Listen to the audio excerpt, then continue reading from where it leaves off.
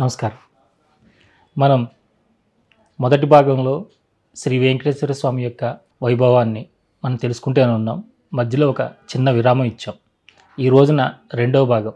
ఈ భాగంలో స్వామివారు మనందరిపైన ఇక్కడ వారి యొక్క వరాన్ని కురిపించడానికి, అలాగే స్వామివారి దగ్గరికి వచ్చిన వాళ్ళు ఎవరైనా కూడా వారు ఒక ముడుపు కట్టుకుంటే వారి కోరికలు ఏ విధంగా తీరుతున్నాయి అనే విషయాలన్నింటిని గురించి కూడా మనం ఈ భాగంలో తెలుసుకుందాం. మనం స్వామివారిని తలుచుకోగానే మనకి ముందుగా గుర్తొచ్చేది స్వామివారి సుప్రభాతం. పాతకాలంలో ఎంతోమంది ఇళ్లల్లో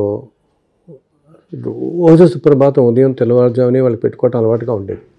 రేడియోలో పొద్దున 6 గంటలకు సుప్రభాతం వచ్చేది ఆ రోజుల్లో. సుప్రభాతం పూర్తిగా తెలియపోయినా ఆ కౌసల్య సుప్రజారామ పూర్వ సంధ్యా ప్రవర్తతే అన్నంత వరకు అందరికీ మనకు తెలుస్తుంది. ఉత్తిష్ట నరసార్థుల కర్తవ్యం దైవమాహ్నికం. ఈ కౌసల్య సుప్రజారామ అన్నది మన అందరికీ తెలిసిందే. అసలు స్వామిని మేల్కొలపటం ఏమిటి, నిద్ర నుంచి అసలు స్వామి నిద్రపోవటం అనేది ఏమిటి, ఇదంతా ఏంటంటే సృష్టిని రక్షించడం కోసం మనం ఆ స్వామిని ఈ విధంగా వేడుకోవటం అన్నమాట. ఆయనకి కళ్యాణం చేయటం. ఇప్పుడు స్వామివారికి రోజు నిత్యం కళ్యాణం చేస్తాం. నిత్య కళ్యాణం అనేది ఎందుకు? ఈ ప్రపంచం మొత్తం ఎప్పుడూ శుభప్రదంగా కళ్యాణప్రదంగా ఉండడం కోసం, మనం ముచ్చట కోసం ఇదంతా ఎంతో శుభంగా జరగాలి, ఆ రోజంతా అనడం కోసం స్వామివారి కళ్యాణం. అసలు తిరుమల ఆలయంలో ఇప్పటికీ కూడా ఆలయ తలుపులు తెరవగానే మొట్టమొదటి దర్శనం ఒక యాదవ భక్తుడికి ఇస్తాడు స్వామివారు. ఎందుకంటే మొట్టమొదటిగా స్వామివారిని కలియుగంలో చూసింది యాదవ కుటుంబానికి చెందిన భక్తులు. ఆ ఉదయం సుప్రభాత సమయంలో తిరుమల కొండలన్నీ కూడా అలా ప్రతిధ్వనిస్తూ ఉంటాయి ఆ సుప్రభాతంతో అన్నమాట. సో ఆ సుప్రభాతంతో ఎంత శక్తి, ఎంత ఎనర్జీ అంటే మనం ఎక్కడ కాటేజెస్లో ఎక్కడ నుంచున్నా అనిపిస్తుంది. ఆ సుప్రభాతం అన్ననని ఒక మహాభక్తుడు స్వామివారి అనుగ్రహంతో రచించాడు. అసలు అందరూ మనం అనుకుంటూనే ఉంటాం, వినా వెంకటేశం ననాథో ననాథ సదా వెంకటేశం స్మరామి స్మరామి హరే వెంకటేశ ప్రసీద ప్రసీద ప్రియం వెంకటేశ ప్రయచ్ఛ ప్రయచ్ఛ. ఇటువంటి కొన్ని శ్లోకాలు మనందరికీ కూడా నోటికొచ్చేసాయి. అలాగే శ్రీకాంతాయ కళ్యాణ నిధే నిధేర్తినాం శ్రీ వెంకట నివాసాయ శ్రీనివాసాయ మంగళం. సో ఇలా మన హృదయాలలో స్వామికి సంబంధించిన ఎన్ని విశేషాలలో హత్తుకుపోయి అట్లా ఉంటాయి మనకి. అందరికంట ఈ సృష్టి మొత్తంలో ఆనందకరము, మంగళకరము, ఇంత అందమైన రూపం కల వాళ్ళు ఇంకెవరు లేరంటారు. అసలు వైష్ణవ సాంప్రదాయం ఏం చెప్తుందంటే శ్రీమన్నారాయణుడు ఒక్కడే పురుషుడు, ఈ సృష్టి మొత్తం ఆయనకి ఆకర్షింపబడుతున్న స్త్రీలే అని చెప్పబడుతుంది. అందుకునేట ఒక అర్చకుడు కూడా ఆ మధ్య చెప్పేవాడు, అక్కడ పనిచేసే అర్చకుడు. ఆయన అనేవాడు, రోజు నేను నా పనుల్లో నేను ఉన్నప్పుడు అంతా నా మామూలుగా ఉంటానండి, ఆ రోజు ఉదయం విధుల్లోకి వెళుతున్నప్పుడు ఆలయం లోపలికి ప్రవేశించగానే ఏమిటో నేను పురుషుడు అన్న సంగతే నేను మర్చిపోతాను, అంతా ఆకర్షపడతాం ఆ రూపానికి. అండ్ ఆ రూపం కూడా ఎంత సమ్మోహనంగా ఉంటుంది, ఎంత సమ్మోహనంగా ఉంటుందంటే మనకే కాదు ఆయన చూడ్డానికి అంత ఇదిగా దేవతలందరికీ కూడా సమ్మోహితులై రోజు వచ్చి స్వామిని తెల్లవారుజాముని దర్శించుకుంటారు. ఇంతకుముందు కాలంలో 12 గంటలకల్లా మూసేసేవాళ్ళు, మళ్ళీ 2:30కి తీస్తారు.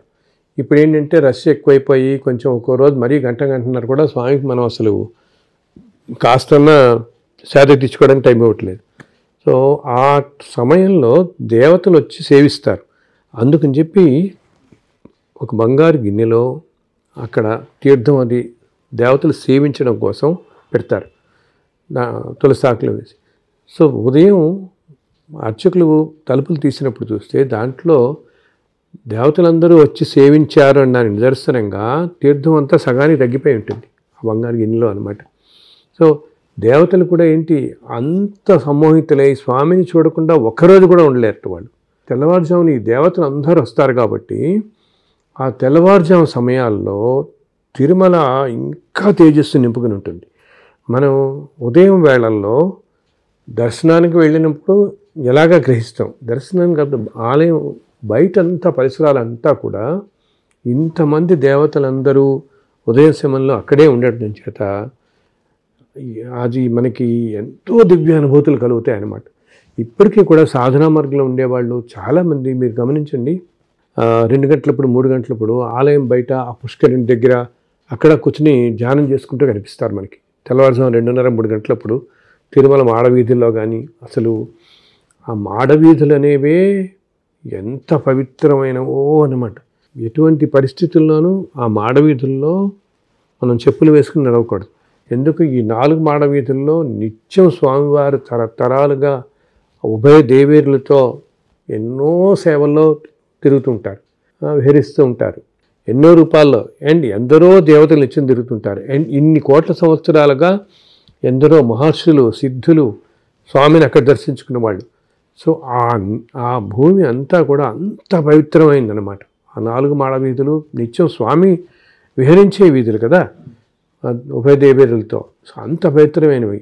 అసలు ఇంకా విశేషం ఏమిటంటే స్వామి ఎక్కడైతే ఉన్నాడో తిరుమల ఆనంద నిలయంలో, అసలు ఆనంద నిలయం అంటేనే ఏమిటి, ఆనందం మొత్తానికి సృష్టిలో ఉన్న ఆనందం అంతా అక్కడే కేంద్రీకృతమై ఉందన్నమాట. ఈ ఆనంద నిలయం పైన మనకి గోపురం కనిపిస్తోంది కదా, దీనిపైన మనకు అసలు కనపడని గోపురం ఇంకొకటి ఉంటుందిట. ఆ స్వామి వైకుంఠం నుంచి వచ్చినప్పుడు ఒక దివ్య విమానంలో వస్తారు. ఆ విమానాన్ని గోపురం అంటే విమానం అంటారన్నమాట. అది ఎంతో సిద్ధులకి యోగులకి మాత్రమే కనపడుతుంది. అది ఇప్పుడు మనకి మామూలుగా మన భౌతికంగా మనకంటే కనపడుతున్న ఈ ఆలయ గోపురానికి పైన ఉంటుంది. పైన ఆకాశంలో దివ్య విమానం ఉంటుంది అని దివ్య విమానం గురించి కూడా అన్నమాచార్యులు గారు కీర్తనలో చెప్తారు. ఆ విమానం గురించి అంటే విమానం అంటే గోపురం అన్నమాట. అది ఈ సృష్టి మొత్తానికి శక్తి అంతా ఆ ప్రదేశంలో కేంద్రీకరించడం వల్ల అక్కడి నుంచి నిత్యం ఓంకారం అలా వినిపిస్తూ ఉంటుంది, ఓం అని. మనం ఎప్పుడన్నా తెల్లవారుజాము సమయాల్లో ఆ ప్రదేశాల్లో కనుక కూర్చొని ధ్యానం చేసుకుంటే, ఒక అర్ధగంట ధ్యానం చేసుకుని కొంచెం పై లెవెల్స్లోకి వెళితే వెంటనే మనకి ఆ ఓంకారం కూడా కొండల్లోంచి చాలా నెమ్మదిగా వినపడం ప్రారంభమవుతుంటుంది. చాలా తక్కువ ఇదిలో మనం గ్రహించగలుగుతాం కూడా అనమాట. ఇప్పుడు చూడండి, డైలీ మనం ఎక్సర్సైజ్ చేయలేని వాళ్ళు, నడవని వాళ్ళు, వీళ్ళందరూ కూడా ఆడికి ఎంతో తెల్లవారుజామున లేచి ఎంతో ఉత్సాహంగా స్నానం చేసి దర్శనానికి వెళ్ళిపోతారు. ఎంత ప్లెజెంట్గానో మనకి కిందకి కొండ దిగుతుంటే ఇంకా అన్ని ఒళ్ళు నొప్పులు అన్నీ ప్రారంభమవుతాయి, కానీ పైన ఉన్నంతసేపు ఏమీ తెలియదు. అసలు సృష్టికి కారణభూతుడైనటువంటి స్వామివారు ఉండటం ఒకటి, అండ్ ఇన్ని కోట్ల సంవత్సరాలుగా నిత్యం ఎన్నో సేవలు, అండ్ అలాగే ఎన్నో శ్రీ సూక్తం, పురుష సూక్తం, ఇవన్నీ అర్చా విధానాల్లో ఇన్ని సాగబడుతూ ఉండి ఆ క్షేత్రానికి, ఆ ప్రదేశానికి ఎంతో విశిష్టమైనటువంటి పవర్ వస్తుంది. అందుకనే మనుషులందరూ పురాణాల్లో చెప్తారు, అన్ని చోట్ల మానవులందరూ వాళ్ళ జీవితంలో ఒక్కసారైనా తిరుమల యాత్ర చేయండి. బికాస్ ఆ కొండల్లో, ఆ పుణ్యతీర్థాల్లో, క్షేత్రాల్లో ఎందరో దేవతలు నిత్యం. ఇంకా ఆశ్చర్యం ఏంటంటే ఆ దేవతలందరూ కూడా ఇప్పటికీ ఉదయం సంచరిస్తారు సరే, దాంతోపాటు పగలు కూడా అనేక రూపాల్లో భక్తుల మధ్యనే సంచరిస్తుంటారట వాళ్ళందరూ కూడా. అలాగే స్వామి కూడా ఏంటి, మనందరం అంటే ఎంతో సంతోషం అనమాట. అందుకని ఆయన కూడా రకరకాల రూపాల్లో భక్తుల మధ్య సంచరిస్తూ ఉంటాడు నిత్యం కూడా. మనం ఒక్కోసారి మనం వెళుతుంటే మన పక్క నుంచి ఎవరో భక్తులు వెళ్తుంటే ఏదో ఒకసారి చిన్న చిరునవ్వునే వెళ్ళిపోతుంటాడు. అది సాక్షాత్ స్వామివారే కావచ్చు. ఇలా ఎంతోమందికి ఎన్నో రకాల అనుభవాలు మనం వింటుంటాం కదా నిత్యం. తిరుమలని, వెంకటాద్రిని పుష్పమండపం అంటారు. స్వామివారి పుష్పాలంక ప్రియుడు కదా. సో కొండ మీద మొత్తం అన్నీ, ఒకప్పుడు అన్ని తోటలే ఉండేవి, బ్రహ్మాండమైన పుష్పాల వనాలు.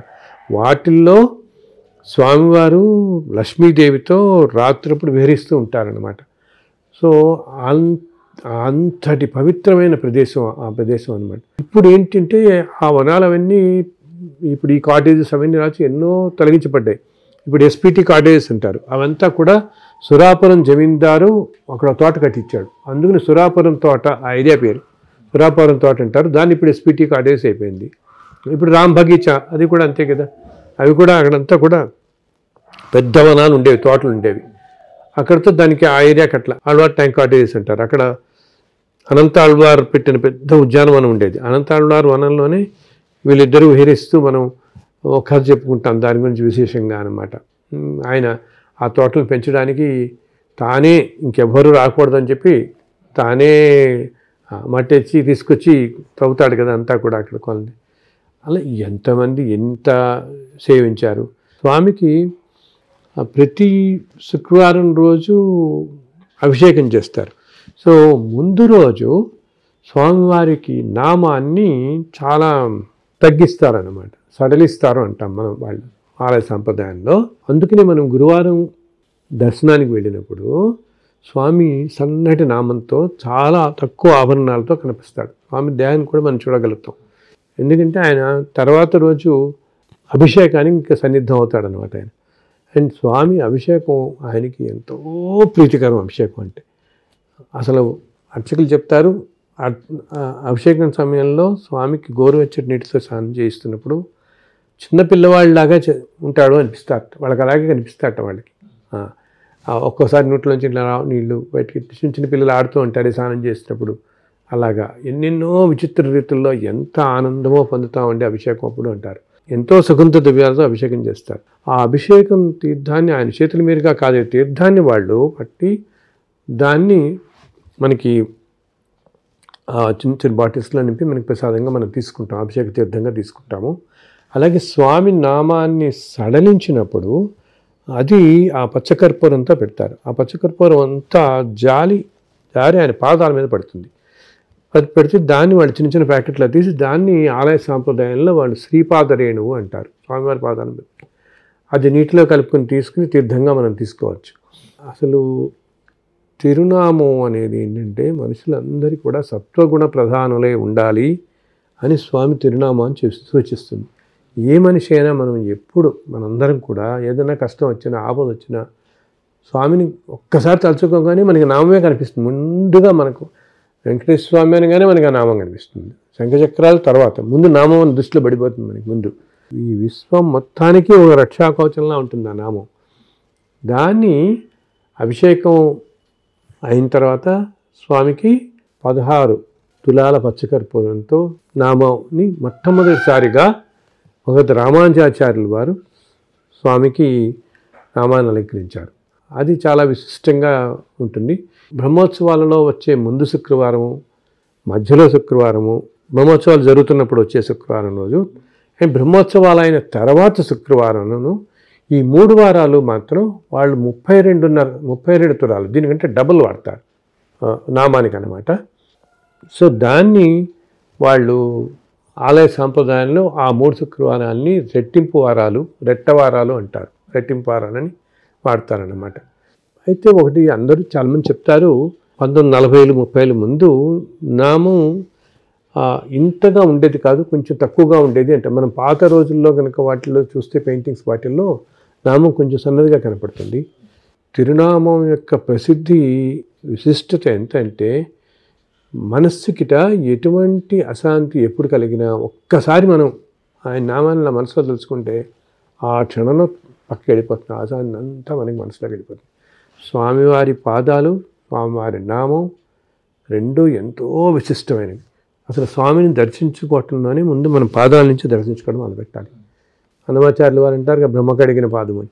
తిరుమలలో ఏంటంటే నిత్యం స్వామివారి పాదాలు ఎప్పుడూ కూడా తులసి దళాలతో కప్పబడి ఉంటాయి. అందుకని మనకి పాదాల దర్శనం ఒక్క శుక్రవారం రోజు మాత్రం మనం నిజపాద దర్శనం అని చూస్తాం కదా, ఆ రోజు మనం చూడగలుగుతాం స్వామివారి పాదాలని. అసలు ఎంత ఆశ్చర్యం అంటే ఇప్పుడు ఇన్ని కోట్ల సంవత్సరాలుగా ఆ స్వామి ఇన్ని పూజలు అందుకుంటూ అలా ఒక్కడుగా అలా నిలబడి ఉన్నాడు అంటే ఎంత విశిష్టత కదా మనకి. ఎంతమంది కోరికలు. అసలు మనం ఏంటంటే మనలో చెప్పుకునే వాళ్ళని చెప్పుకుంటూ ఉంటాం కానీ తెలియకుండా ఎవరెవరికి ఎటువంటి కోరికలు ఆయన తీరుస్తున్నాడో, ఎన్ని తీరుస్తున్నాడో. ఏంటంటే చాలామంది వాళ్ళకి జరుగుతున్న అనుభవాలు కానీ పూర్తిగా బాహ్యంగా చెప్పరు కదా మనకి. సో ఆ మధ్యన ఒక్కొక్కరు తిరుపతిలో ఒక ఆయన చెప్పాడు, ఆయన ఏమనుకున్నాడో కానీ 45 రోజుల పాటు ప్రతిరోజు అన్నమాట బ్యాంకులో చేసేవాడు. సో ప్రతిరోజు బ్యాంక్ అయిపోగానే 4:30 కల్లా 5 గంటలకు బయటకు వచ్చేసి కొండ నడిచెక్కి క్యూ లైన్లోకి వెళ్ళిపోయి దర్శనం చేసుకుని పొద్దుకుని దిగేవాడు. దర్శనం ఎప్పుడన్నా అవనండి, ఏ టైంలో వెళ్ళినా దర్శనం అయినా ఒక్కరోజు 8 గంటలు రాత్రి ఉండిపోయేవాటి క్యూలో. పొద్దున్న దిగటం స్నానం చేసి మళ్ళీ ఆఫీస్కి వచ్చేసేవాడు. 45 రోజుల పాటు చేశాడు ఆయన అట్లాగా. సో ఆయన ఏ విధంగా కరుణించాడో స్వామి. అలా ఎవరెవరిని ఎన్ని రకాలుగా కరుణిస్తున్నాడో, ఎంత ఆర్తధన ప్రాణాయనుడు, ఎంత భక్తపరాయణతో ఆయనలో ఉంది. ఆయనకి స్వామిని ఎన్నో నామాలతో మనం కొలుస్తాం కదా, వాటిలన్నిటిలో ఆయనకి చాలా ముచ్చటైన పేర్లు రెండుట. ఒకటేమో గోవిందనామం, ఇంకోటి శ్రీనివాసనామం. ఈ శ్రీనివాస అని పిలవటం రామానుజాచార్యుల వారికి చాలా ఇష్టం. ఆయన ఎప్పుడు కూడా స్వామిని ఎప్పుడు శ్రీనివాస అని కొలుస్తుండేవాట. ఎంతో ఇష్టమైన పేరు ఆయనకి అన్నమాట. అసలు మన సహస్రనామం చెప్తాం కానీ ఇంకా అనంతమైన నామాలు ఆయనకు ఉన్నాయి అని అంటాం. ఇప్పుడు సహస్ర శీర్ష పురుష అని చెప్తామే, అసలు ఆ సహస్రం అనేది నెంబర్తో కాదు, అక్కడ అనంతమైన పేర్లు ఆయనకి. అందుకనే అంటాడు కదా, హరి అవతారములే అన్ని దేవతలు, హరినామములే అన్ని మంత్రములు. అన్నమాచార్యులు వారు అంటారే, ఏ మంత్రమైనా హరినామమే. అలాగా ఏ నామంతా పిలిచినా పలుకుతాడు ఆయన. కో అంటే పలికే కొండలు రాయడు. ఒకటే ఆయనకు కావాల్సిందంతా ప్యూర్ భక్తి అన్నమాట. ధర్మపరంగా జీవిస్తూ ఉంటే మనం అందరం అనుకుంటాం ఈయన ఎక్కడ గమనిస్తున్నాడులే చూస్తాడులే అని. ఆయన లేని ప్రదేశమే లేదు. అసలు విష్ణువు అంటే సర్వం వ్యాపించి ఉన్నవాడు. ఇప్పుడు మనం ఇంత చెప్పుకుంటున్నాం, ఇవన్నీ ఆయన వింటాడు చక్కగా. స్వామి లీలల గురించి, స్వామి వైభోగం, స్వామివారి తత్వం, స్వామి నివసించే ప్రదేశాలన్నమాట. ఒక శ్రీరంగం కానీ తిరుమల కానీ ఈ ప్రదేశాలన్నిటికీ వాటి విశేషాలనైతే ఎవరైతే ఎక్కడ చెప్పుకుంటున్నారో అక్కడ నేను వచ్చి కూర్చుంటాను అంటాడు ఆయన. ఆయనకి వినటం అంత సంతోషం, అంత ఆనందదాయకం అన్నమాట. సో స్వామిని ఒక్కసారన్నా మనసారా మనం ప్రార్థిస్తే అంతకంట అదృష్టం మనకోటి ఉండదు. అసలు తిరుమల వెళదాము, స్వామిని దర్శించుకుందామనే ఆలోచన రావడానికి కూడా ఎన్నో జన్మల పుణ్యఫలం కావాలి అంటారు. కొంతమందిట చెప్తుంటారు, కొన్ని వందల జన్మల్లో కూడా దర్శించుకోలేని వాళ్ళు ఉంటుంటారు. అందుకని మనం వెళ్ళిన ప్రతిసారి మనం ఏదో వెళ్ళిపోతున్నాను కాకుండా ఇది మనకి ఎంతో అపురూపంగా ఆ స్వామి అనుగ్రహించాడు మనని, లేకపోతే మనకి సాధ్యమేది కాదు అనుకోవాలి. ఒకసారి నాకు కొంతకాలం క్రితం, ఎప్పుడు 10 ఏళ్ళ క్రితం ఒక ఆయన నాకు ఒక లెటర్ రాశాడు అనమాట. మన పుస్తకాలు అన్నీ చెప్తూ రకరకాల అనుభూతులు రకరకాలు రాస్తుంటారు అందరూ. అలాగా ఆయన ఏంటిట ఎప్పుడో ఒక చాలా 1960లోనో ఎప్పుడో వెళ్ళాట ఆయన. వెళ్ళి అప్పుడు ఆ రోజుల్లో తిరుపతి స్టేషన్ లేదు, రేణిగుంట దాకానే వెళ్ళేవాళ్ళు. రేణిగుంట నుంచి మామూలుగా ఈ ఆటోలు బస్సుల్లో వెళ్ళాలి తిరుమలకి. ఆయన ఈ పిల్లల్ని కుటుంబం అంతా వెళ్ళి తీసుకుంటే పెద్ద వర్షం అది అనమాట. ఆ రోజు వస్తున్నప్పుడు అనుకున్నట్ట, ఏంటో ఎలాగ వెళ్తానో, ఈ దర్శనం అది ఎలా చేసుకోవాలి ఈ పిల్లలతో. పాపం భార్యకి చాలా భక్తి, ఎలాగైనా దర్శనానికి రావాలని నేను తీసుకొచ్చింది. ఎంత రాశాడు, నిజంగా జరిగింది అనమాట ఇది. ట్రైన్ మధ్యలో విసుక్కునేవాట, ఏదో నీ పోరు పడలేక తీసుకొచ్చాను స్వామి దర్శనానికి అంటుండేవాడు. ఈ పిల్లల్ని వేసుకుని ఏమి ఆతన పడతామో, దర్శనం ఎక్కడ జరుగుతుందో, ఈ వర్షం ఇదంటే ఈ దిగ్గగానే స్టేషన్లో దిగుతాడు. రేణిగుంట స్టేషన్లో దిగ్గానే ఒక ఆయన పొడుగ్గా నామం పెట్టుకుని నామాలతో కనపడతాడు. ఏంటైనా నీకేమైనా సహాయం కావాలంటే ముందు వద్దంటాడు. వద్దని తర్వాత ఈవిడంటుంది, ఎవరో ఆయన సహాయం చేస్తానంటున్నాడు, మనం ఈ పిల్లలతో వెళ్ళాలి పైకి ఇంకా అంటే, సరే రా బాబు అంటాడు. రానాయన అని ఏదో విసుక్కుంటూ అంటాడు. ఆయన వచ్చి తీసుకెళ్ళి వీళ్ళతో పాటు ఆ 2 రోజులు ఉండి చక్కటి దర్శనం చేయించి వాళ్ళకి అన్ని ఏర్పాట్లు చూసి మళ్ళీ తిరిగి స్టేషన్కి కూడా వస్తాడు ట్రైన్ ఎక్కించడానికి. మీరు కష్టం ఇబ్బంది పట్టమని వాళ్ళ సామాన్లు పట్టుకుని ఇవన్నీ చేసి ట్రైన్లో కూర్చున్న తర్వాత ఈ నామాలు పెట్టుకున్న ఈ మహానుభావుడు ఈ స్వామి ఆయన ఇతను అడుగుతాడు, ఏమని, ఏనాయనా మళ్ళీ ఎప్పుడు వస్తున్నావు దర్శనానికి నువ్వు అంటాడు. అంటే ఆయన అంటాడు, ఈసారి రావడానికే ఘనమైంది, మళ్ళీ ఇంకోసారి రావడం కూడానా అంటాడు. అలా అన్నందుకు ఆయనకి మళ్ళీ జీవితంలో దర్శనం కాలేదు. ఆయన నాకు ఉత్తరంలో రాస్తాడు ఈ మాట. ఏం రాశాడు, ఆ రోజు నేను ఏదో వేళాకాలంగా అన్నమాట నా పాలిట శాపమై ఈ రోజుకి నేను మళ్ళీ దర్శనానికి వెళ్ళలేకపోయానండి. ఈరోజు నాకు ఎంతో భోగభాగ్యాలు ఉన్నాయి, ఏవో కాంటాక్ట్స్ అవి చేస్తుంటాడు అనమాట. ఏదో ఎన్నిసార్లు వెళదాం అనుకున్నా నాకు ఏదైనా అడ్డం రావటం. ఇప్పుడు నేను ఇంకా పెద్దవాడిని అయిపోయి నేను అసలు వెళ్ళే పరిస్థితుల్లో నాకు ఏదో కాళ్ళ నొప్పి ఏదో వచ్చి కదలేకపోయాను. నేను ఆ రోజు చాలా క్యాజువల్గా వేళాకోళంగా అన్నమాట ఎలా పరిగణించింది అని. అందుకని ఎంత విశిష్టం తిరుమల దర్శనం అనేది మనం అందరం గ్రహించాలన్నమాట. ఇది అనుకుంటాం, ఇప్పుడు వెళ్తున్నాం అనుకుంటాం, కానీ ఎన్ని జన్మల తర్వాత మనం ఇప్పుడు ఎడగలుగుతున్నాము, అంతే కదా.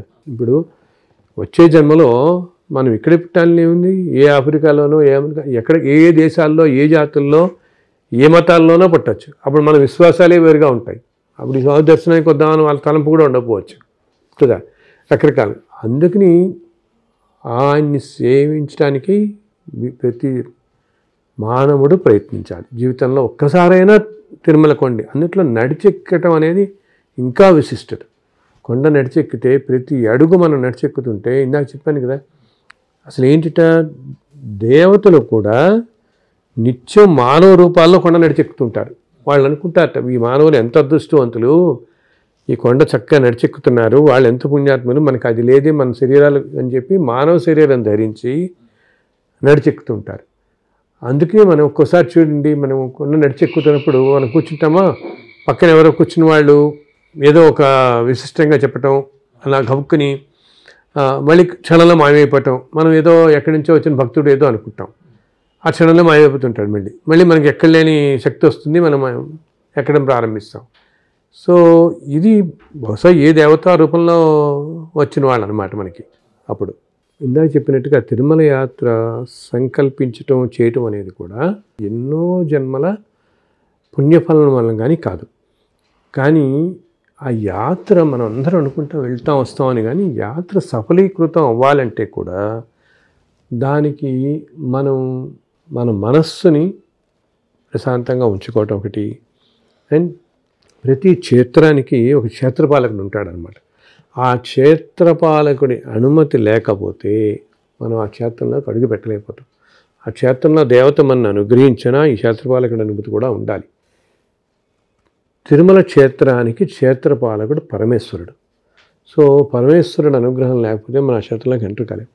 అందుకని ఎప్పుడైతే మనం తిరుమల యాత్ర సంకల్పం చేసుకున్నామో ఒక్కసారి పరమేశ్వరుడికి ప్రార్థించి, అయినా నేను ఇలా స్వామివారి దర్శనానికి తిరుమల వస్తున్నాను, నా ప్రయాణం అంతా కాస్త సక్రమంగా జరిగేలాగా చేయవలసింది, అనుగ్రహించవలసింది అని కోరుకుంటుని, అలాగే తర్వాత స్వామివారిని ప్రార్థించి, ఆయనని ఇలా వచ్చే నెల ఏదో మనం అనుకుంటాం కదా టైంలో, ఆ టైంకి వస్తాం అనుకుంటున్నాను, ఎటువంటి అవాంతరాలు ఏమీ కల్పించకుండా నీ దర్శనం మాకు అనుగ్రహించు తండ్రి అని చెప్పి మనస్ఫూర్తిగా మనం ప్రార్థించాలి. ఎందుకంటే ఈ కాలంలో, జీవితకాలంలో మనకి వచ్చే రోజు ఏం జరుగుతుంది, తర్వాత రోజు ఏం వస్తుంది మనకే తెలియదు.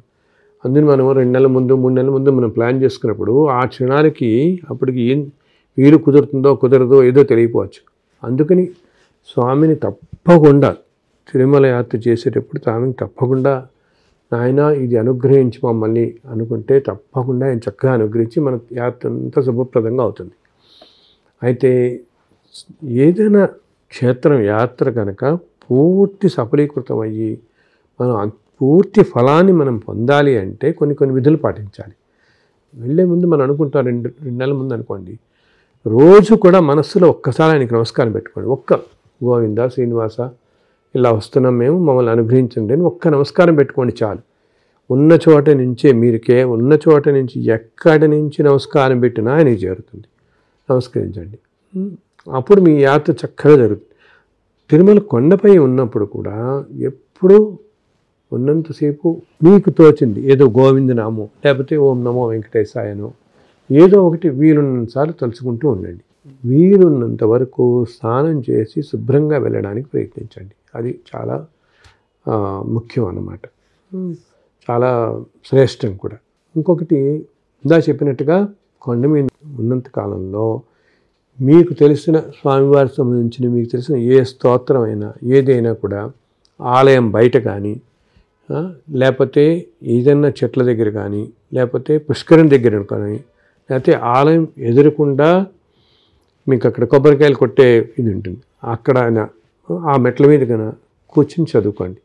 ఎందుకంటే నైనా ఎప్పుడు కూడా ఇందాక చెప్పినట్టు తిరుమల కొండంతా కూడా అంత ఎనర్జీ ఉంటుంది కాబట్టి మనం బయట చేసేది దేనికంటే కూడా అక్కడ చేసే ఆ ప్రదేశంలో చేసేది ఒక 1000 రెట్లు ఫలితం ఇస్తుంది మనకి. అక్కడ చదువుకునే స్తోత్రం కానీ అక్కడ చేసే దానం కానీ ఎన్నో రెట్లు మనకి శక్తిని ఇస్తుంది, ఎన్నో రెట్లు మనకి ఆ పుణ్యఫలాన్ని ఇస్తుంది అనమాట. ఎప్పుడో ఒకటి గమనించండి, అక్కడ ఉన్నంతసేపు మీరు ఒక రోజు ఉండొచ్చు, 2 రోజులు ఉండొచ్చు, అది చాలా చాలా చాలా అపురూపం.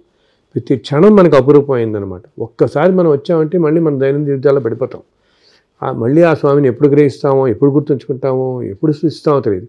సో అక్కడ ఉన్నంతసేపు మనస్సును ప్రశాంతంగా ఉంచుకుని మీ స్నేహితులతో, మీ బంధువులతో భగవంతుడి లీలలు, స్వామి లీలలు, మీకు ఇంతకుముందు తిరుమలలో జరిగిన అనుభవాలు, మీ పెద్దవారు చెప్పినవి, మీకు తెలిసినవి, లేకపోతే ఈ భాగవత రామాయణాలు, ఇటువంటివి ఏవో ఒకటి అవి ఆ విశేషాలన్నీ మాట్లాడుకుంటూ ఉండండి తిరుమల సంబంధించినవి. అట్లా మాట్లాడుకుంటూ ఉంటే మనస్సు పరిశుద్ధంగా ఉంటుంది. ఎప్పుడైతే మనకి మనస్సు ఎంతో ప్యూర్గా ఉంటుందో అప్పుడేమవుతుంది, అక్కడున్న శక్తిని మనస్సు ఇంకా బాగా గ్రహించగలుగుతుంది, మనకి గ్రహిస్తుంది. అలాగే ఇందాక నేను చెప్పాను కదా, అక్కడ ఎంతోమంది దేవతలు నిత్యం తిరుగుతూ ఉంటారు. హనుమంతుల వారు ఇప్పటికీ ఆ కొండలో తిరుగుతుంటారు. నేనే ఎన్నోసార్లు దర్శించాను అక్కడ హనుమంతుల వారిని. అక్కడ తిరుమల మొత్తం ఇందాక నేను చెప్పినట్టు కొండ మొత్తం చాలా శక్తివంతమైనది. కానీ ఇందాక నేను చెప్పాను, ఆయనకి చుట్టూతా ఉన్న ప్రదేశం ఒక వలయమే ఉంటుంది. ఇలాగా కొన్ని ప్రదేశాలలో ఆ ఎనర్జీ బయట కూడా మనం బాగా గ్రహించగలుగుతాం. ఒకటేమో పుష్కరిణి దగ్గర కూర్చోంటే ఆ పుష్కరిణి ఉన్న ప్రదేశంలో చాలా శక్తివంతమైంది పుష్కరిణి ఉన్న ప్రదేశం. ఇంకోటేమో ఎదురుకుండా ఆంజనేయ స్వామి ఉంటాడు. ఇలాగే ఆ ధర్మగిరి వెళ్ళే దారిలో ఆంజనేయ స్వామి ఆలయం ఉంటుంది. అక్కడ చాలా చిన్న గుడి, అసలు పెద్ద నిర్మానుష్యంగా ఉంటుంది ఆ గుడి అంతా. అక్కడ మీరు పగలు కానీ రాత్రి కానీ ఎప్పుడైనా కూర్చుని ఆలోచించండి, ఆ ప్రదేశంలో చాలా శక్తి ఉంటుంది. అలాగే మళ్ళీ మనకి పైన నారాయణగిరి నుంచి శ్రీవారి పాదాలని ఉంటుంది. శ్రీవారి పాదాలని స్వామివారు ఏంటంటే మన నమ్మకం, మొట్టమొదటిసారి తిరుమల వచ్చినప్పుడు ఆయన మొట్టమొదటి పాదాలు పెట్టిన ప్రదేశం అక్కడ అని చెప్పినమాట. ఆ ప్రదేశం అంతా కూడా చాలా శక్తివంతమై ఉంటుంది. అలాగే ఇప్పుడు మనకి పైన నారాయణగిరి కాటేజెస్ అన్నీ ఉన్న ఏరియాలో ఎదురుకుండా అంతా కూడా ఒక పెద్ద తోటలాగా ఉంటుంది, మనకి ఉద్యానవనంలాగా. ఆ ప్రదేశంలో మధ్య భాగం అంతా కూడా చాలా ఎనర్జీ ప్లేస్. ఇంత ముందు కాలంలో ఎంతోమంది సాధువులు, మహర్షులు తపస్సు చేసుకున్న ప్రదేశాలు ఇవన్నీ కూడా, ఇప్పుడు నేను చెప్తున్న ప్రదేశాలన్నీ కూడా అన్నమాట. పుష్కరిణి ఒడ్డున అక్కడ ఆంజనేయ స్వామి ధర్మగిరి వెళ్ళే రూట్లో అక్కడొకటి, అలాగే జాబాలి తీర్థం దగ్గర ఒకటి చాలా శక్తివంతమైన ప్రదేశం. ఇన్ని కోట్ల సంవత్సరాలుగా ఎందరో మంది తపస్సు చేసిన ప్రదేశాలు అవన్నీ కూడా అన్నమాట. యోగులు, మహర్షులు తపస్సు చేసిన ప్రదేశాలు అవి చాలా శక్తివంతమైనవి. మీకు తిరుమల కొండలన్నీ అసలు ఎన్నిట్లో మనం వింటాం కదా, అన్నమయ్య పాటలు అన్నింటిలో కూడా వేదములే శిలలై వెలసినది కొండ అని అంటాం.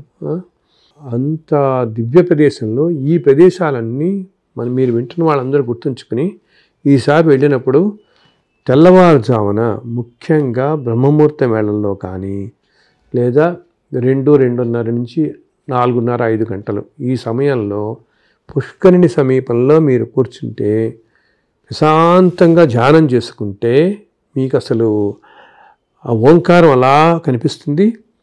అండ్ మనం ఎంతో భాగ్యవంతులైతే మీరు ఇటు పుష్కరిణి ఈశాన్య భాగంలో ఉంటుంది కదా, మీరు అక్కడ కూర్చుని స్వామి వైపు తిరిగి కూర్చోండి. ఆనంద నిలయం వైపు కూర్చుంటే అసలు ఆనంద నిలయం పైన మీరు గమనించండి, రాత్రి వేళల్లో ఆ వేళల్లో ఎంతో వెలుగు అలా ఉంటుంది. మనం అనుకుంటాము అదంతా కూడా లైట్స్ వెలుగు, అంత బంగారంతో ఉంటుంది కదా అనుకుంటాం. కానీ అది మన కంటికి భౌతికంగా కనపడుతున్న వెలుగది. ఏమిటి, ఆ లైట్స్ అన్నీ ఈ గోల్డ్ మీద రిఫ్లెక్ట్ అయ్యి మనకి భౌతికంగా అలా కనపడుతుంది. ఏంటి, ఈ నార్మల్ చర్మచక్షువులకు అలా కనిపిస్తుంది. కానీ ఆ తేజస్సు అంతా కూడా ఏంటంటే, ఇందాక చెప్పానే ఒక దివ్య విమానం వైకుంఠం నుంచి వచ్చింది, ఆ విమానం యొక్క తేజస్సు అదనమాట. అది ఈ 2:30-3 గంటలప్పుడు మనం ఇక్కడ కూర్చుని అటు అభిముఖంగా కూర్చుని స్వామిని ప్రార్థిస్తూ చూస్తే, ఎప్పుడన్నా కళ్ళు తెరిచి చూసినప్పుడు మధ్యలో మీకు ఆ తేజస్సు చాలా బాగా గోచరిస్తుంది. అండ్ ఓంకారం కూడా మనకు వినపడుతుంది. అది తేలికే కదా, ఏముంది. మనం ఇప్పుడు దీనికోసం మీరు ఏదో టికెట్లు, క్యూ లైన్లు ఏమీ అక్కర్లేదు. మామూలుగా మేము ఒక్కళ్ళు వెళ్ళి అక్కడ కూర్చోవటమే చక్కగా ఆ ప్రదేశంలో. అంటే మీరు కరెక్ట్గా ఈశాన్యంలో కూర్చుంటారన్నమాట ఆలయానికి. ఎందుకంటే దేవతలందరూ ఇటు నుంచి ప్రవేశిస్తారు ఆలయంలోకి, ఈశాన్య భాగం నుంచి వెళ్తారు. దేవతలందరూ వెళ్ళి ధ్వజస్తంభం నుంచి లోపలికి వెళ్ళిపోతారు వాళ్ళందరూ. సపోజ్ మన వాళ్ళలో చాలామందికి మంత్ర దీక్షలు ఉంటాయి కదా, ఇలా దీక్షలు ఉన్నవాళ్ళు అక్కడ ఆ ప్రదేశంలో కూర్చుని మీరున్న ఒకరోజు కూడా ఒక అరగంటో గంటో మీకున్న దీక్షా మంత్రాన్ని కనుక అక్కడ చదివితే అది ఇంకా బాగా ఫలిస్తుంది. మీకు దానికి ఇంకా శక్తి వస్తుంది ఆ మంత్రానికి అన్నమాట. ఏదైనా మంత్రం అంటే ఏమిటి, మననం చేస్తున్న కొద్దీ శక్తి వచ్చేది, దాన్ని మంత్రం అంటాం మనం. సో మీరు ఆ ప్రదేశంలో అక్కడ కూర్చుని చేయటం వల్ల అది కూడా ఏకాదశి, పౌర్ణమి లాంటి ప్రత్యేక దినాల్లో ఇంకా శక్తిగా ఉంటుంది. శ్రవణ నక్షత్రం, స్వాతి నక్షత్రం శక్తివంతంగా ఉంటుంది. ఇంకా విశేషమైనటువంటి బ్రహ్మోత్సవాలప్పుడు, వైకుంఠ ఏకాదశి అప్పుడు చెప్పనక్కర్లేదు. ఈ ప్రదేశాలు ఇవన్నీ మనకి బాహ్యంగా ఉన్నవి కాబట్టి మనందరం వెళ్ళగలుగుతాం. మనం ఎంతో శక్తివంతమైన ప్రదేశాలు. ఎందుకు చెప్తున్నానంటే ఇవన్నీ నేను ఇన్ని మనకి ఇన్ని కోట్ల సంవత్సరాలు, ఇన్ని సంవత్సరాలుగా వస్తున్నప్పటికీ ఎన్నెన్నో గ్రంథాల్లో ఎక్కడో ఉన్నా కొన్ని తిరుమల గురించి ఇప్పటికీ ఎన్నో రహస్యాలే ఉన్నాయి. అసలు తిరుమలలో ఉన్న స్వామికి సంబంధించిన రహస్యాలు, ఆయన వెలిసినవి, ఇవన్నీ కొన్ని ఆచార్య పరంపరలో రావటం వల్ల కొన్ని మనం కోల్పోయాం. ఇప్పుడు ఆ తీర్థాలు ఉన్నాయి, తీర్థాలకు సంబంధించి నేను చెప్పాను కదా ఎన్నెన్నో ప్రాసెస్ ఉంది వాటన్నిటికీ, అవన్నీ మనకి ఇంకా తెలియదు. ఇప్పుడు మనం కొన్ని వింటున్నాం. అలాగే కొన్ని గ్రంథాల్లో కూడా మీరు ఇలా ఈ విధి చేయండి, అవి చేయండి అని మనం కొన్ని వింటున్నాం మనం వీటిని. సో ఈ ప్రస్తావనలన్నీ అక్కడక్కడ రావడంతో మనం వింటున్నాం. కానీ అసలు తిరుమల కొండ యొక్క విశిష్టత అనేది ఇన్ని వేల కోట్ల సంవత్సరాల్లో ఎంత విశిష్టత ఉంది, ఏమి జరిగాయి, ఏ విశేషాలు అయ్యాయి అక్కడ, మనం అవి తెలియకుండా పోతుంది మనకి. సో ఇది ఆ స్వామి అనుగ్రహంతో నాకు అవగతమై నాకు అనుగ్రహింపటం చేత నేను కొన్ని మీకు చెప్తున్నాను. ఈ ప్లేసులు ఎంతో శక్తివంతమైనటువంటివి. నేను ఒక్కొక్కసారి చూస్తాను వెళ్ళినప్పుడు అన్నమాట. ఓరో సాయంత్రం ఎప్పుడు మేము 6:30 ఆ టైంలో ఓసారి వెళ్ళాం ఈ ధర్మగిరి సైడు హనుమంతుడి గుడికి. ఎవ్వరు లేదు, మా కుటుంబం నలుగురితో ఎవరు లేవు. నేను ఒక అర్ధగంట కూర్చొని అలా ధ్యానం చేసుకుంటే ఎంత శక్తి అంటేనైనా అక్కడ స్వామివారు ఆల్మోస్ట్ విశ్వరూపంలో కనపడతాడు నాకు హృదయంలో. అక్కడ విశ్వరూప దర్శనం హృదయంలోనే కలుగుతుంది. అసలు ఒళ్ళు జల్దిరిస్తుంది మనకు తలుచుకుంటే ఇప్పటికీ అనమాట. అంత శక్తివంతమైన ప్రదేశాలు అవన్నీ కూడా. చెప్పాను కదా ఇందాక, మొట్టమొదటి స్వామి ఇక్కడ తిరుమల కొండ మీద వెలియగానే ఆయన విరాట్ రూపంలో వెలుస్తాడు. అసలు ఎవరికి మహర్షులు ఎవరికి కూడా చూడ్డానికి కూడా శక్తి సరిపోదు వాళ్ళకి. అప్పుడు వీళ్ళు ప్రార్థిస్తే ఇలా శిలారూపంలో మనం భ్రమింపజేస్తూ ఈరోజు ఇట్లా ఉన్నాడు ఇప్పుడు ఆయన. సో ఆ రూపం ఆ కొండలంతా వ్యాపించి ఉంటుందన్నమాట. ఏంటంటే ఇంతకుముందు కొంతమంది ఆచార్య పరంపరలో వస్తున్న తర్వాత మనం దురదృష్టంతో కొంచెం కోల్పోయాం మనం ఇవన్నీ. పగలైతే మన చుట్టూతా భక్తులు అంతా డిస్టర్బింగ్గా ఉంటుంది కాబట్టి ఆ ఉదయం వేళల్లో 2 నుంచి 5 గంటలప్పుడు ఆ వేళల్లో కనుక కూర్చుని ఉంటే ఎంతో శక్తి గ్రహించగలుగుతాం మనం అక్కడి నుంచి. అసలు ఆ కొండలే బంగారమయం అంటారు. కనకాద్రి అనేవాళ్ళు కృతయుగంలో మొత్తం బంగారమయంగా కనపడేది అది కృతయుగంలో మనకి. ఇప్పుడు ఏంటంటే ఈ కలియుగం కాబట్టి శిలారూపంలో కనిపిస్తుంది. అండ్ మనం ఎంతో పుణ్యం ఎంతో భాగ్యం చేసుకున్న వాళ్ళమైతే దేవతలు మనం వెళ్ళటం కూడా మనం గమనించగలుగుతాం. మన కంటితో మనం చూడలేక కానీ ఏమవుతుంది, ఏదో ఒక దివ్య పరిమళం రావటం, ఒక్కసారిగా ఒక సన్నటి గాలి, ఓ చిరుగాలిలాగా మన మీద నుంచి వెళ్ళిపోవటం, రకరకాల అనుభూతులు వస్తాయి మనకి అక్కడ. ఆ తెల్లవారుజామున ఆ టైంలో కనుక అక్కడ కూర్చుంటే ఈ ప్రదేశాల్లో అన్నిటికంటే ఉత్కృష్టమైనది ఈశాన్య భాగం ఆలయంలోకి అక్కడ కూర్చుంటే చాలా గొప్ప అనుభూతులు మనకు కలుగుతాయి. అనుభూతులు కలగటంతో పాటు దానివల్ల మన శరీరం శుద్ధమవుతుంది, మన ప్రారంభ కర్మలన్నీ కూడా తొలగిపోతాయి. బికాజ్ ఆ దేవతలు ఏ దేవతలు ఎంతగా అనుగ్రహిస్తారో మనని, ఈ విషయం మనమంతా గుర్తుంచుకోవాలి. అట్లాగే స్వామిని దర్శించుకుని మనం తిరుమల తిరిగి మనం బయటలేస్తున్నప్పుడు ఒక్కసారి మీరు గోపురం వెనక్కి నమస్కరించుకుని స్వామి మళ్ళీ పునర్దర్శన ప్రాప్తిరస్తు అని ఒక్క నమస్కారం పెట్టుకోండి. బికాజ్ ఇందాక నేను చెప్పినట్టుగా మళ్ళీ ఎప్పటికి రాగలుగుతామో, అసలు ఎంతోమంది ఈ జీవితకాలంలో రాలేకపోతారు ఎన్నో రకాల కారణాల వల్ల. కాకుండా మళ్ళీ వచ్చేలాగా అనుగ్రహించు తండ్రి మమ్మల్ని అని మీరు దర్శనం చేసుకుని బయటికి రాగానే ఇందాక నేను చెప్పిన ఈశాన్య భాగంలో బయటకు వచ్చేసిన తర్వాత మన గుళ్ళోకి బయటకు వస్తే మీరు ఈశాన్య భాగంలోకే వస్తారు. ఎప్పుడన్నా మీరు గమనించండి, ఇట్లా బయటకు వచ్చేసేస్తే డైరెక్ట్గా ఈశాన్య భాగంలోకి అక్కడికి వస్తాం మన పుష్కరం దగ్గరికి. అక్కడ నుంచి స్వామికి గోపురానికి ఒక్కసారి నమస్కరించి స్వామి మళ్ళీ పునర్దర్శనం మాకు అనుగ్రహించు అంది. అసలు గోపురాన్ని దర్శనంతో కూడా స్వామి దర్శనం జరుగుతుంది అనమాట. సో స్వామిని ఆ ప్రదేశం నుంచి, ఈశాన్య ప్రదేశం నుంచి కనుక ఆయన్ని కోరుకుంటే తప్పకుండా మీ కోరిక సఫలీకృతం అవుతుంది. త్వరలోనే ఆ స్వామి మళ్ళీ మిమ్మల్ని తెప్పించుకుంటాడు దగ్గరికి, తప్పక దర్శనం జరుగుతుందన్నమాట. ఏమిటి అలా అమటంలో మళ్ళీ మనం వచ్చేంత వరకు కూడా ఆయన చల్లగా కాపాడుకుంటాడు. మళ్ళీ చల్లగా కాపాడి మళ్ళీ దర్శన భాగ్యాన్ని మనకి అనుగ్రహిస్తాడు ఆయన. ఆయన ఇలా చక్కగా అన్నీ మనం చెప్పేవన్నీ అలా వింటుంటాడు. అన్నీ కూడా చక్కగా ఎన్ని అనుభూతులో చూస్తుంటాను నేను పుస్తకాలు రాస్తున్నప్పుడు అనమాట. అలా పక్కన కూర్చొని వీడు ఏం రాస్తున్నాడు ఇంకోలా ఆయన చూస్తున్న రోజులు ఉన్నాయి. కొన్నిసార్లు ఒక్కోసారి నేను మధ్యలో ఇంకా నాకు ఏం రాయడానికి తోచక కాస్త భజే శ్రీనివాసం అని పుస్తకం రాశాను నేను. 27 నక్షత్రాలకు సంబంధించిన 27 కథలు అనమాట. దాంట్లో ఒక నక్షత్రం గురించి విశేషాలు ఏవి రాస్తుంటే నాకు మధ్యలో ఏది తట్టలేదు. అట్లా ఆగిపోయి నేను ఇది అటు ఇటు తిరిగి వచ్చి సాయంత్రం వచ్చేటప్పుడు చూస్తే అక్కడ మళ్ళీ 4 లైన్లు రాసేస్తున్నాయి. అసలు అది నేను రాసింది కూడా కాదు. అలా ఎన్ని లీలలో చూపిస్తాడు. ఇది ఏంటంటే మనం ధర్మంగా ఉంటూ ఆయన నువ్వు అన్యథా శరణం నాస్తి. అదేంటంటే స్వామివారి మీద ఆ భగవంతుని మీద భక్తి మనకి ఎట్లా ఉండాలంటే ఏమాత్రం ఇటు అటు కూడా ఉండకూడదు. దీనికి ఒక చిన్న కథ కూడా చెప్తారు కొంతమంది. ఆ మధ్య ఎవరో 2 భక్తులు ఇలాగే కాలినడకను వెళుతున్నారట. వెళుతుంటే వాళ్ళు కొంచెం లోయలో ఇటు పక్కన అందాలు బాగుంటుందిగా, బ్యూటిఫుల్గా అని చూద్దామని చెప్పి ఆ లోయ చివరి దాకా వెళ్తారు. వీళ్ళు తొంగి చూస్తుంటారు. ఆ చూడటంలో గమకం జారిపోతారు. ఈ కొమ్మల నుంచి పడిపోతారు, జారిపోయే వీళ్ళు. ఒకతను కొమ్మను గట్టిగా పట్టుకుంటాడు, రెండో అతనేమో అలా జారితారు, పాపం లోయలో పడిపోతాడు. పడిపోయి అతనికి కాలు ఫ్రాక్చర్ అయిపోతుంది.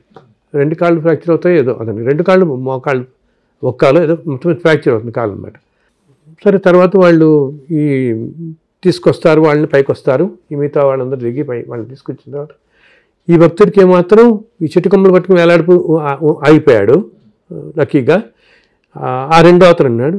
సో పైకి వచ్చిన తర్వాత వాళ్ళ స్నేహితులు వాళ్ళని అడుగుతారు, ఏంటంటే ఇద్దరూ జారారు, నువ్వేమో మీ కొమ్మను పట్టుకుని అయిపోగలిగావు, నీకేం దెబ్బ తగలేదు, మరి నీకేంటి 2 కాళ్ళు విరిగిపోయావు, ఇలా దిగిపోయావు ఇలా అంటే, ఏం లేదు నా ఆలోచనలోనే లోపం ఉంది. ఎందుకంటే నేను ఎప్పుడైతే జారిపోతున్నానో ఆ క్షణంలో అక్కడ ఎప్పుడు గోవిందనామేగా మనం సరించేది, ఆయన నువ్వే రక్షించంటాం, గోవిందా గోవిందా అని. అదే కదా పెద్దానికి మనం అనుకునేది, ఆటోమేటిక్గా ఆయనే గ్రహిస్తాం కదా. వెంటనే ఆయన అనుకున్నట్టు నువ్వు ఉంటే నన్ను రక్షిస్తావు, నువ్వు ఉంటే కనుక నిజమే, నువ్వు నిజంగానే ఉంటే నన్ను రక్షిస్తావు అన్నాడు. అన్నది నా కాలు విరిగాయి అన్నాడు. అప్పుడు రెండో వాడిని అడుగుతారు, నువ్వేమనుకున్నావు అంటే, ఆయన అంటాడు, నేను ఇలా జారగానే స్వామి నువ్వు ఉన్నావు, నువ్వు రక్షిస్తున్నావు అనుకున్నాను నేను అంటాడు. అంటే అనుమానానికి కూడా తాగలేదు. ఇతనేమిటి, నువ్వు ఉన్నావు, నువ్వు చూసుకుంటావు, నన్ను నువ్వు రక్షిస్తావు అనుకున్నాను. ఆ రెండో అతనేంటి కొంచెం శంక పెట్టుకున్నాడు, నువ్వు ఉంటే నన్ను రక్షిస్తావు, అర్థమైందా, నువ్వు ఉంటే నన్ను రక్షిస్తావు అనుకున్నందుకు కాళ్ళతో తగిలేయి. అలా కాదు, నువ్వు ఉన్నావు, నువ్వు రక్షిస్తావులే అన్నందుకు ఈయన కాపాడాడు. సో భక్తి అనేది అట్లా ఉండాలి స్వామివారి మీద. నువ్వు ఉన్నావు నాయన, నువ్వు రక్షిస్తావు. మనకి ఇప్పుడు కష్టాలు అవి మనుషుల జీవితాలు అన్నింటిలో మామూలే. ఈ కష్టాలు కలిగినా కూడా నువ్వు ఎక్కడున్నావు, ఇలా రక్షిస్తావు మమ్మల్ని, ఇలా కష్టాలు పెడతావు అనుకోకుండా, అయినా ఎన్నో జన్మల ప్రారంభ కర్మల వల్ల ఏ జన్మలో ఏం చేసుకున్నానో నాకేం తెలుసు, దానివల్ల ఇవన్నీ పడుతున్నాను, ఇవన్నీ తట్టుకునే శక్తి నాకు ఇవ్వు నువ్వు, అండ్ ఇంకా అనుగ్రహించగలిగితే వీటిలో ఈ తీవ్రత తగ్గించు అని ఆయన వేడుకుంటే తప్పకుండా మీరు 10 సంవత్సరాలు పడాల్సింది 5-6 సంవత్సరాలకి తగ్గిపోతుంది. ఆ తీవ్రత తగ్గుతుంది. ఈ జన్మలో చేసుకున్న పుణ్యం వలన, ధర్మంగా ఉండటం వలన అది తట్టుకునే శక్తి కూడా మనకు వస్తుందన్నమాట. ఇది ఎందరో జీవితాల్లో మనం చూస్తూ ఉంటాం. నిత్యం మనం ఎన్నో అనుభవాలు చూస్తుంటాం. కానీ ఏంటంటే అన్నిటికంటే ధర్మం, మనం అన్ని చోట్ల చూసేదిగా ధర్మం రక్షిత రక్షిత, ధర్మాన్ని రక్షించండి, అది మిమ్మల్ని కాపాడుతుంది. రక్షించడం అంటే ఏంటి? అందరూ ధర్మాన్ని రక్షించడం అంటే ధర్మాన్ని ఆచరించడమే దాన్ని రక్షించడం అంటే, అంతే కదా. సో మనం ధర్మాన్ని ఆచరిస్తే కనుక వీలున్నంతలో ఏంటంటే అది పెద్ద కష్టం కూడా, ప్రయత్నపూర్వకంగా. అందరూ నీ మధ్య అడుగుతున్నా, మీరు ఇలా అన్నీ చెప్తున్నారని అంత ఈజీ కాదండి ధర్మాన్ని ఆచరించడం. కరెక్టే, ఈజీ కాదు. కానీ ఒక ప్రయత్నం అంటూ మీరు మొదలు పెడితే నెమ్మదిగా మొదలు పెడితే కొన్నాళ్ళు అయ్యేటప్పటికి మనకి కొన్ని విషయాల్లో నెమ్మదిగా పెడుతూ ఉంటే మనకి ఏమవుతుంది, మనం ఎప్పుడైతే గట్టి ప్రయత్నం చేస్తామో భగవంతుడు మనకి ఆ శక్తి కూడా ఇస్తాడు. ధర్మాచరణకి కావలసిన శక్తి కూడా మనకి ఇస్తాడు. మన మనస్సును కూడా అటు తీసుకెళ్తాడు. మానవ ప్రయత్నం చేయాలి కదా. మనం కొన్ని విషయాలు చేయటం మొదలు పెడుతూ ఉంటే, ధర్మంగా ఉండటం మొదలు పెడుతుంటే అన్నిట్లో కూడా ఆయన శక్తి ఇచ్చేస్తాడు ధర్మంగా నడిచేలాగా మనకి. అండ్ ఎప్పుడైతే మనం చూస్తాం చూడండి, పూర్తి ధర్మంతో జీవిస్తున్న వ్యక్తి నడిచొస్తుంటే భగవంతుడే వస్తున్నట్టు అనిపిస్తుంది మనకి. ఎక్కడ పూర్తి ధర్మంతో ఉన్న మనిషి ఉంటాడో ఆయన పక్కనే కూర్చుని ఉంటాడు ఆయన చక్కగా. అందుకనే ఎంతో ధర్మాత్ములు నోటి నుంచి వచ్చే వాక్యం నిజమై తీరుతుంది మనకి. ధర్మస్వరూపమే భగవంతుడే కదా ధర్మం. ఇప్పుడు అంటే రామో విగ్రహం ధర్మ అంటామే, అలా భగవంతుడే ధర్మస్వరూపం ఆయన. అది మనకి అసలంటూ ప్రయత్నం చేసి మొదలు పెడితే తప్పకుండా ఆయన సహకరిస్తాడు. నేను అందరికీ ఇదే చెప్తున్నాను. ఆయన స్వామివారు అత్యంత కరుణామయుడు, భక్తవత్సలుడు. ఎప్పుడు మీరు నిత్యందని మీ జీవితంలో ధర్మ మార్గంలో నివసిస్తూ ధర్మ మార్గంలోనే పనులు చేసుకుంటూ మిగతా భారం ఆయన మీద వదిలేయండి. అన్నీ ఆయనే చూసుకుంటాడు, అన్నీ ఆయన సమకూరుస్తాడు. మీ అందరికీ ఆ స్వామివారి అనుగ్రహం ఎప్పుడూ కలగాలని ఆ స్వామిని ప్రార్థిస్తున్నాను. ఓం నమో వెంకటేశాయ. ఈ గొప్ప సత్సంగానికి ఇక్కడ ఒక చిన్న విరామం తీసుకుందాం. వచ్చే భాగంలో స్వామివారి యొక్క విశేషాలని మరింతగా తెలుసుకుందాం.